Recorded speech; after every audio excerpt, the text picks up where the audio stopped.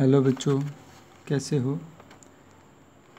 9th class में दूसरी कविता चल रही है ललदद के वाक।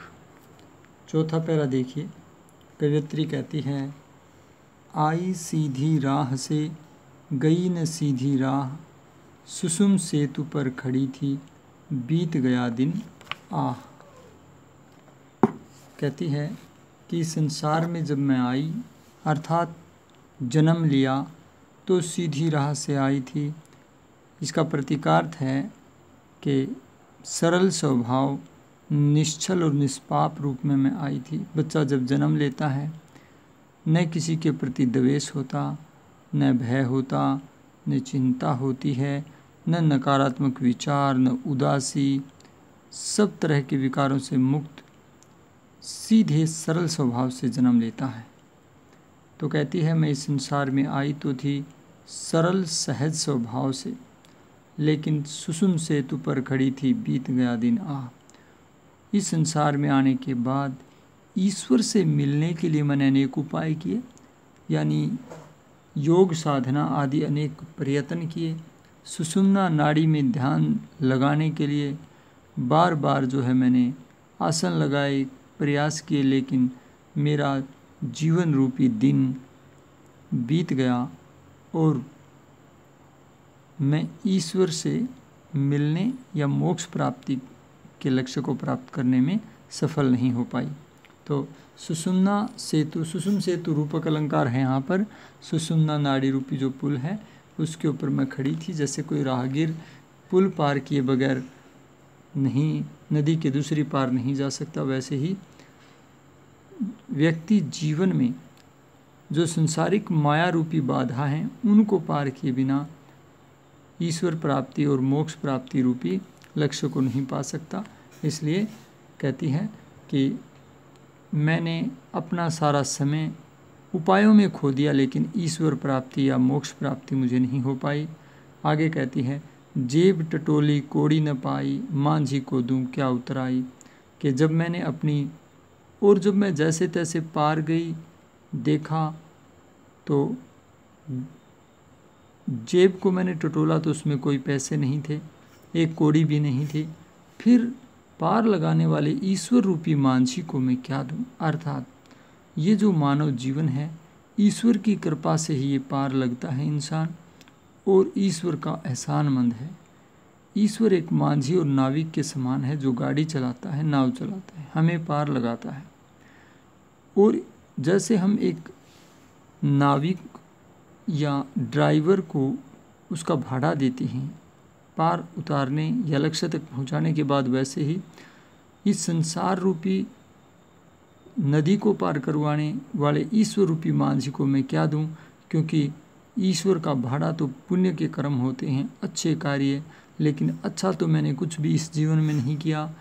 सब तरह के राग, द्वेष, झगड़े, क्रोध, लोभ, लालच, संचय, इन चीज़ों में लगी रही। इसलिए मेरे पास पुण्य कर्मों की गठरी नहीं है, एक भी कोड़ी पुण्य कर्मों की नहीं है। तो अब मैं इस ईश्वर रूपी मांझी को क्या उतराई दूं। तो देखिए, इसमें लगभग काव्यगत विशेषताएं वही रहेंगी। सुषुम सेतु जो है उसमें रूपक अलंकार मैंने आपको बताया है। मांझी को दूं क्या उतराई, इसमें रूपक अलंकार है। और लक्षणा सब शक्ति है। वाक शैली भी आप इसमें कह सकते हो। इसके अतिरिक्त आप ये भी कह सकते हो कि हठयोग पद्धति जो होती है उसका विरोध एक तरह से यहाँ किया गया है, क्योंकि सुषुम सेतु का प्रयोग, शब्द का प्रयोग इसीलिए आया है। हठ योग द्वारा जब हम ध्यान लगाकर ईश्वर को पाने की प्रयत्न करते हैं, वो इंसान का एक तरह से अभिमान होता है, ऐसा कवियत्री मानती है, जबकि ईश्वर तो सहज भाव से ही मिलते हैं। तो इसलिए हठ योग जो पद्धति है उससे उसका यहाँ पर विरोध प्रकट किया गया है। अगला अनुच्छेद देखिए, थल थल में बसता है शिव ही, भेद न कर क्या हिंदू मुसलमान, भेद न कर क्या हिंदू मुसलमान, ज्ञानी है तो स्वयं को जान, वही है साहिब से पहचान। इसके अंदर ईश्वर प्राप्ति के जो साधनात्मक उपाय हैं उनका विरोध किया गया है, और भेदभाव पूर्ण जो ईश्वर के अस्तित्व को हम मानते हैं उसका विरोध किया गया है। यहाँ कवियत्री कहती है चाहे हिंदू हो या मुसलमान हो, इसमें तुझे भेद नहीं करना है।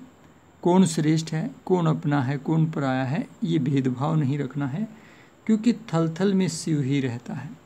शिव ईश्वर का परम सत्ता का प्रतीक है, जो सबका मंगल, सबका शिव, सबका कल्याण करते हैं, उनका प्रतीक है शिव।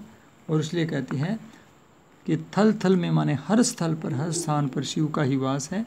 तो हिंदू और मुसलमान के नाम पर भेदभाव मत कर लोगों से। ज्ञानी है तो स्वयं को जान। अगर तुझे ये अभिमान है कि मैं ज्ञानी हूँ, अगर तू अपने आप को ज्ञानी मानता है, तो सबसे पहले अपने आप को जान, वही है साहिब से पहचान। और स्वयं को जानना ही साहिब को जानना है। साहिब का अर्थ होता है ईश्वर, स्वामी। तो ईश्वर से पहचान या ईश्वर को पहचानने का सबसे अच्छा तरीका और माध्यम है अपने आप को पहचाना। जिसने स्वयं को पहचान लिया, आत्मा को पहचान लिया, उसने ईश्वर को भी पहचान लिया। इस पूरे पैरे के अंदर भी क्या कहा गया है? भेदभाव, पक्षपात, द्वेष, राग, इनको छोड़कर सहज भाव से ईश्वर को भजना चाहिए। और इसके अतिरिक्त ईश्वर को पहचानने का सबसे सरल तरीका आत्म मंथन और अपने आप को पहचानना है। इसलिए सबसे पहले मैं कौन हूँ, किसका अंश हूँ और किस उद्देश्य से मेरा जन्म हुआ है, स्वयं को पहचानना चाहिए। विशेष काव्य सौंदर्य सेम रहेंगे वैसे ही। थल थल शब्द में जो है वो पुनरुक्ति प्रकाश अलंकार है। यहाँ पर स्वरमैत्री अलंकार भी आप देख सकते हो, स्वर मिलते हुए हैं तो स्वरमैत्री अलंकार भी हैं। ये आपकी वाक सारे के सारे पूरे हो गए हैं। अभ्यास अगले वीडियो में कराएंगे। धन्यवाद।